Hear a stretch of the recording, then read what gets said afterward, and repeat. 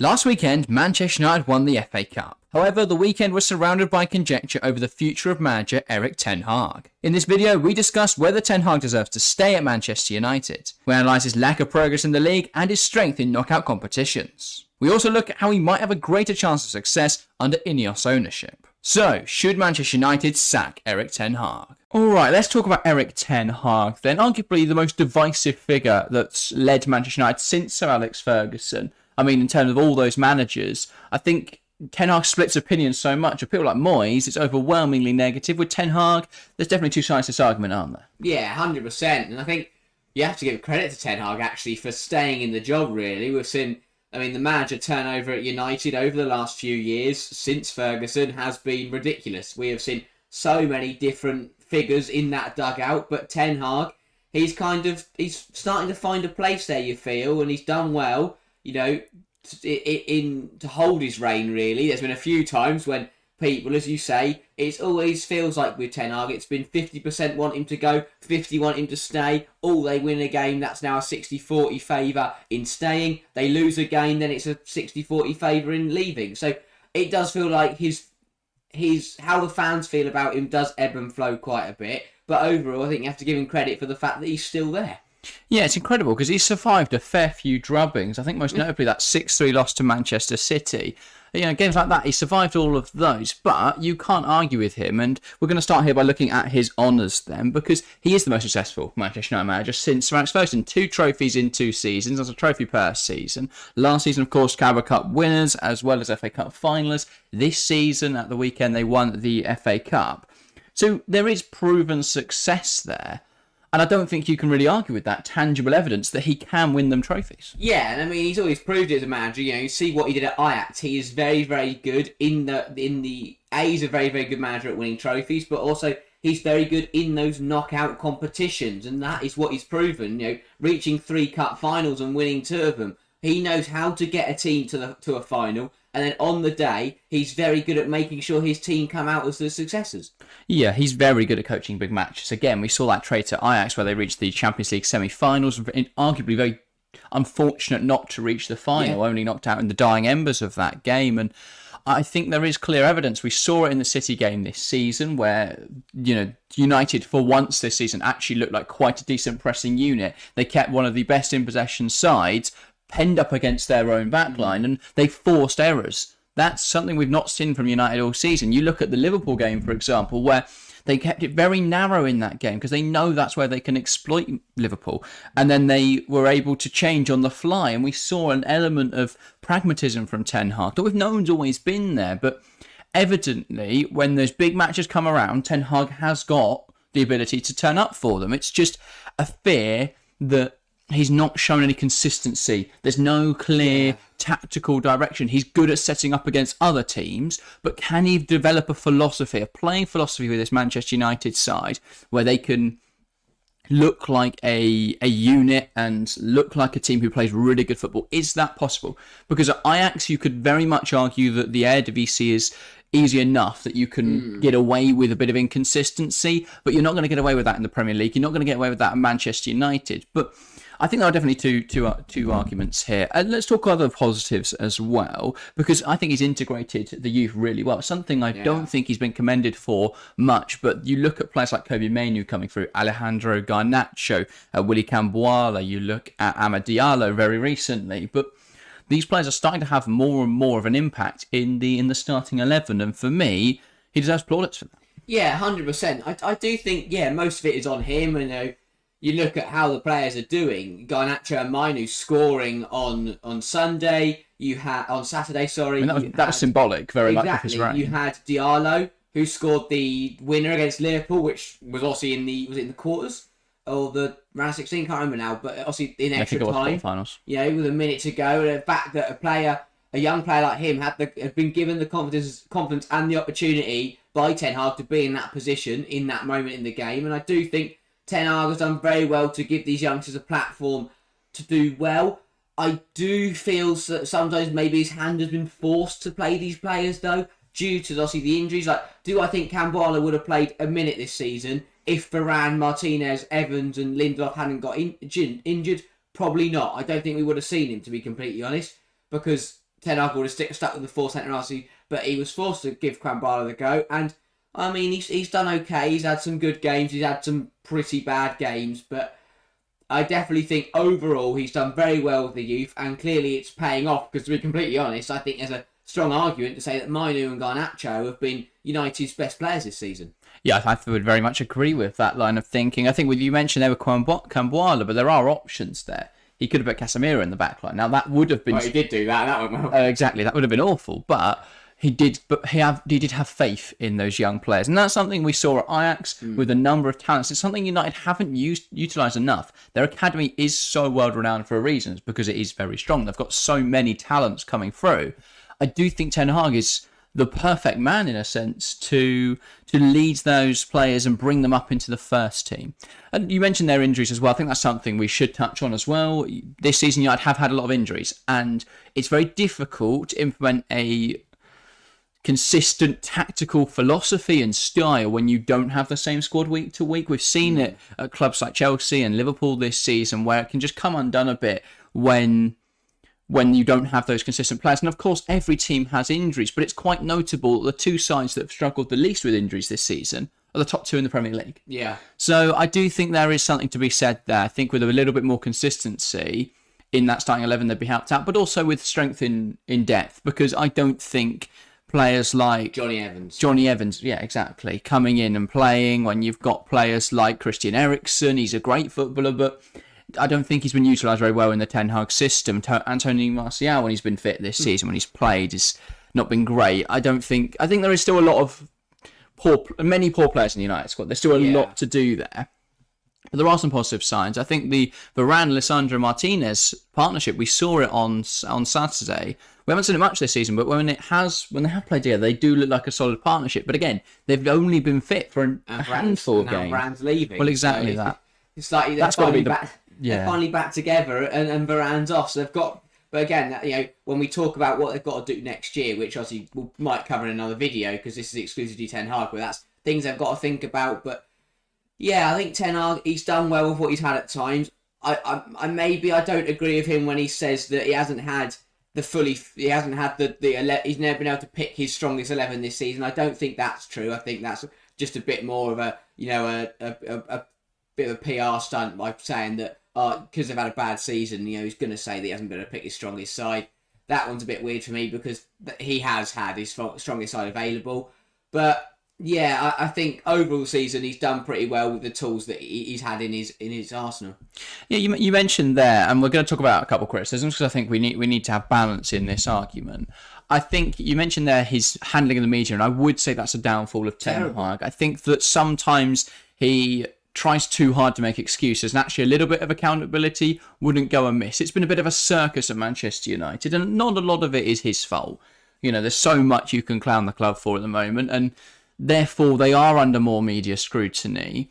But then you look at his dealing of high-profile dressing room issues with Sid Jadon Sancho, who was really struggling, be exiled from the side. We've seen Marcus Rashford. He's been out clubbing after massive losses and stuff like that. Crash his car. Exactly. So there have been squad issues, and I'm not sure he's dealt with those very effectively. Yeah. And you could look at it both ways. You could say, well, Manchester United shouldn't have players like that have such issues, and actually Ten Hag has had to deal with so many, because I've not even touched on Mason Greenwood, of course. That was all during Ten Hag's reign. Anthony's had his own rumours and allegations. So there are definitely a lot of, obviously it's an unprecedented number of big issues at the club, but I do think his handling, specifically the Sancho and Rashford scenarios, has been quite poor. I think I can see both sides of the Sancho argument, because yes, he's never really been the most hard-working player, but I don't think Ten Hag ever tried to get him to believe in him, to bed into his system. So I do think you can look at that both ways. Let's have a look at the underlying numbers for this season, because I think they present a very tough viewing for Manchester United fans, because 8th in the league, but expected position 15th based on expected points. Now, I know the expected points model isn't the most trustworthy, but that does make for grim reading. Yeah, 100%, because on the surface, Peter will say it's a good season, but when you crunch the numbers and you look at the straight facts, is that Manchester United should not be where they are, and they got very fortunate this season. They did not play like a team that should be playing in the Europa League next year. They haven't played like a team. I mean, God knows how they've won a trophy because, as the numbers say, they are not a very good football team on the pitch. I mean, off the pitch as well, as you just mentioned, but they are just not a very good football. It's simple as that. They don't play very good football. They're not a very, very good football team. They haven't got quality across the pitch, and they shouldn't be where they are. I think Ten Hag can count themselves very fortunate that they are in 8th because, as you said, they could be much worse. Because if they're 15th, he'd been out. It'd be long gone. It'd been long gone ages ago if they were actually down in 15th. So I think he can count his chickens on that one. Yeah, I agree with you there. I mean, you look at the expected numbers, points this season should have been 44.42. They've claimed 60 points. That's an overperformance of almost 16 there. In terms of goals conceded, they've only conceded 58, but expected performance has it around the 75 mark. Now, that is a huge difference. And I think a lot of people rightfully have criticised Andre Onana this season, but clearly he deserves his plaudits because United could have conceded a hell of a lot more goals, and perhaps if they had De Gea like they did last season, it might have been much worse. They did underperform goals scored, which I found very surprising because I don't think they've scored many this season, but I don't think they've created many chances. But they did underperform that, so perhaps you can say, well, the strikers need to be finishing more chances, but which they do because I look at the attackers they've had this season and. I mean, apart from Garnacho, I think he's had a good year. Rashford has done absolutely nothing. Same with Anthony. Højlund has done okay in his first season. Højlund very inconsistent. They had nothing else up there. But yeah, and as you say about Onana, we've always known he's a very, very good goalkeeper, There's a reason Inter Milan got to a Champions League final. There's a reason Inter Milan won so many titles. It wasn't Lukaku. Andre Onana is a very, very good goalkeeper. I mean, the best demonstration was that Saturday in the FA Cup final. One of his best performances in a United shirt. That save to deny Kyle Walker's screamer, absolutely incredible. And, saves like that kept United in that game. He helped United win that trophy massively. And I do think once he's adapted to the Premier League and cut out the errors, I think he will be one of the best goalkeepers out of the 20. Yeah, I completely agree with you there. Furthermore, I think they rely too heavily on individual quality. I think players you think of Garnacho's goals this season, and a lot of them have come because he is quite a very special player. He's someone I don't particularly like. I don't like him I don't like his personality, but you can't doubt his talent. And they have relied on him too heavily. They've relied too heavily on Bruno throughout the last 5 years, really, to come up with goals when it matters, to put away penalties and stuff like that. So they do rely too heavily on that individual quality, and I don't think their chance creation is very good. Now, again, there are mitigating circumstances. I don't think the squad is very well put together, but again, even that, some of that does fall on Ten Hag because we look at the recruitment under Ten Hag so far and his suggestions just haven't worked out. Now, Casemiro, I believe, was one from the board, so you can rightfully criticise them then, not Ten Hag. £40 million for a defensive midfielder whose legs were already gone. Ridiculous. Awful deal. But Anthony was very much a Ten Hag signing. £100 million on a player who hasn't adapted well to the Premier League, who's way too one-dimensional. I think you can rightfully criticise Ten Hag there. Yeah, and it's always a weird one, isn't it, with managers making decisions, because the problem is, from Ten Hag's point of view, it made sense. He was getting a player that he knows the quality of, he knows what he's like. Yeah. But the problem is Ten Hag didn't think about the bigger picture. He just went, I like Anthony, I know he was good for me at Ajax, I'm going to sign him. The problem is he didn't put it into perspective. In the Eredivisie, you can get away with being one-dimensional. You can get away with only being able to play on your left foot. In the Premier League, that's not going to work because every single left back, whether it's Max Lowe at Sheffield United or whether it's Gvardiol or Ake at City, they're just going to, they're going to show you outside. It is the easiest thing to defend against a one-footed player, and that's the problem. Anthony hasn't been able to adapt because his only way of attacking has been completely nullified by every single defender, and that was an oversight on Ten Hag's part. He should have seen that coming. I get if he rates Anthony. I get it. I understand why he would rate Anthony from his Eredivisie days, but he should have thought about what are his qualities, what are his strengths. Okay, he's got one. That's cutting inside. That'll get red in the Premier League. Let's not throw 100 million at a player who's going to constantly lose the ball and not notch up very many goal contributions. Yeah, I mean, it's a shame there wasn't an example already out there of an Ajax player who was only left-footed, unable to cut it in the Premier League. It's an awful shame he didn't have any case studies there. But I do think with the recruitment, you can mitigate it slightly by the fact Ineos are coming in and processes will change. I expect they will announce the appointment of, is it Dan Ashworth? Yeah. Coming in from Newcastle. I think that's a really good appointment because they need a director of football. They've had in that role Edward Woodward, who was never good enough at his job, was completely incompetent, and then for the last few years, I can't remember who they brought in, but evidently it's not working. Ineos are coming in, there's more investment now, you'd like to hope, because there's been none for years, obviously. Yeah. They've only spent 150 million or whatever it was last summer. So there will be investment there, not just investment, but smarter investment. I think if you can build a recruitment team around Erik Ten Hag, who can advise those transfers based on what he wants from the players, rather than getting suggestions from him, I think that would make a lot more sense. But also, United need to listen to their scouts. There's countless examples where United have brought players forward to their scouts. It's happened with players that's, high-profile players like Mbappe, Haaland, even Benjamin Šeško for an example.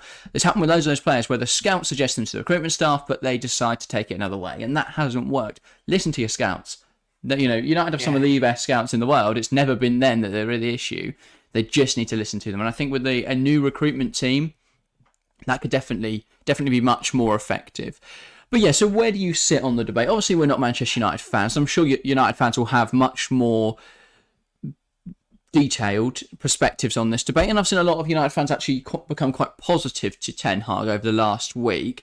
Do you think that the FA Cup success validates failures in other areas? And can they build on this? Because a trophy every season is not an awful record. No, it's not. I mean, my biggest problem is the United fans. I'm not going to attack all of you, but it's because they are all watching, aren't they? Yeah, but you see a lot of United fans change their opinion on Ten Hag every week, and I don't like that. They win a game and suddenly it's Ten Hag. The Liverpool winning the FA Cup. It was like Ten Hag's great. I think they then lost the weekend after, and suddenly it was Ten Hag out again. I hate the Glazers. I hate Ten Hag. Get them all out. And then we've seen other times this season that where they've lost games and everyone's like so you see Goldbridge throwing his chair across the room saying Erik Ten Hag's this, Erik Ten Hag's that. Crystal Palace a few weeks ago, all United fans were having a go at they wanted him gone, and then transport to now. They've won the FA Cup final and suddenly he's the man to drive us forward and he trusts Ten Hag. Yeah. I do think they're very fickle in that sense. Choose a lane and stick with it. Either you like Ten Hag or you don't. I get that you can change, a manager can convince you, but United fan, the opinion with Ten Hag flops around, flops changes every week, and I think that makes it very difficult for Ten Hag because 1 minute he has got a packed out Old Trafford that back him to the hill, and the next minute he's got a whole crowd that want him gone. And that's very hard to manage. But to be completely honest, yes, there's been a lot of failures. Yes, they don't play very nice football at times. But we know Ten Hag is a very, very good manager. He clearly is very, very good at winning trophies. As you say, a trophy every year is a very, very strong record. 3 finals, 3 domestic finals in 2 years is very, very strong. He is a very, very good manager. If he's given investment, given the right resources, and if his team, if his players stop dicking about off the pitch, then I really do think he can make his reign at United successful. Yeah, I just want to pick up on a few things you said there. Firstly, regarding Mark Goldbridge, one, I don't think he represents all Manchester United fans. Oh yeah, of course not. And 2, I think he's actually been quite stubborn at times in his support of Ten Hag. I know you're just giving an example, but at times he has blamed the players when perhaps he should have put a bit of blame on Ten Hag. Now, whether that's because he just really wants to believe in the manager or or Ten Hag's agent is giving him interviews, we don't know. But it could be any of those options. So I would disagree there. I also think that what you describe about Manchester United fans, flipping out, I think that's just all football fans in general. Football fans in general are quite fickle. It's very reactionary, especially now it's all online and you can express your opinions so quickly. I think it was in the same at Chelsea with Mauricio Pochettino. Keyboard warriors. Well, exactly how it goes from, wow, we're playing beautiful football to, oh, well, United won the FA Cup, we're in the Conference League, so that's a good sacking. It can change around so quickly.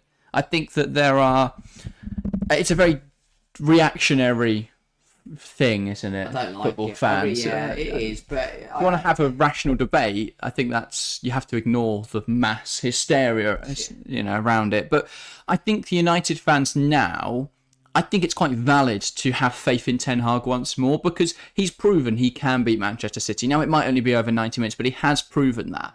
And with the right sort of investment, this could work. This project could work. And for me, there's no better alternative, really. I think that Ten Hag's been there 2 years now. And yes, you could say in the league they've not made enough progress, but they've got European football. They've got 2 trophies over the last 2 seasons. And they've got a full transfer window now with Ineos in charge, who can tackle recruitment and aid Ten Hag in that. I don't think there's many better in the market. Yes, they might go and get Kieran McKenna, but I think he's going to go to Brighton now anyway. Yeah, Thomas Tuchel, I think he's a very good coach. Whether that's a great fit, I'm not sure. I would give Ten Hag at least 1 more season and then reassess next summer when there's going to be a few more options, I think, on the market. Yeah, no, that's fair. I think, he's a good. I don't. It's like Chelsea with Poch. Why would you sack a manager that clearly is a very, very good manager? He knows what he's doing. He will bring your club success. And also I know, and Ten Hag's already done that twice with United. Looking at 2 trophies, Europa League next season, very, very winnable, as you say. Yeah. They can make a really good go of that. I really do. And again, domestic cup competitions, we've proven knockout football, Ten Hag's speciality. And if they can just improve that league performance, even if it's just a 5th or a 6th, it's on the up. It's positive. And I think this year as well, we've seen a big step up. Back last season, getting battered 7-0 by Liverpool, losing 6-3 to City. Yeah. This year, beating City, beating Liverpool. It's things are on the up for Ten Hag, and if United back him to the hill, I really do think he can be a top manager for the club. Yeah, indeed. I think it's also quite necessary to keep him because of the stability aspect. I think this summer United will be looking for a lot of turnover in the playing staff. At boardroom level, there's going to be a lot of change there. Actually having the figurehead of the operation be a lot more... Be the same, keep that the same will be useful for that transition, will be useful for stability, just to keep all those sort of day-to-day runnings of the club, keep it as similar as possible, given there's so much change going on around him. I think it's smart to keep Ten Hag, and I don't really see many viable options on the market right now, so I think he's fairly... I think United would be silly to get rid of him. I know there was a lot of rumour and conjecture before the FA Cup final that regardless of result he was gone. But I think they will realise the mass reaction from the fans now, how United fans have rallied together in support of Ten Hag and I think they will either they haven't made that decision, that was all just rumour, or they will reverse that decision. I think he could stay. But I guess we'll see if they do replace him. It's going to be a long summer for United because there's going to be a lot of change because they've got to overhaul the playing staff. They've got to bring in a new manager and they've got to make that work as quickly as possible. If not, they're going to fall behind. So I do think there's a lot of issues there for me. Ten Hag deserves more time. Yeah, no, same here. But I guess we'll see, because we are recording in advance, so it could be gone by the time this video goes out, in which case it's going to age like milk. But I hope you have enjoyed today's video. If you want to keep watching our content, the video on screen now, where we review the entire 23-24 Premier League season, so you can see what we thought of United's season before the FA Cup final, to see how quickly our opinion changes. But go ahead and watch that. If you have enjoyed today, make sure to leave a like and, of course, subscribe. And get involved in the comments. If you're a United fan, we want to hear from you. Do you think Erik Ten Hag deserves more time? That's everything from us today. Thank you guys very, very much for watching, and we'll see you next time. See ya.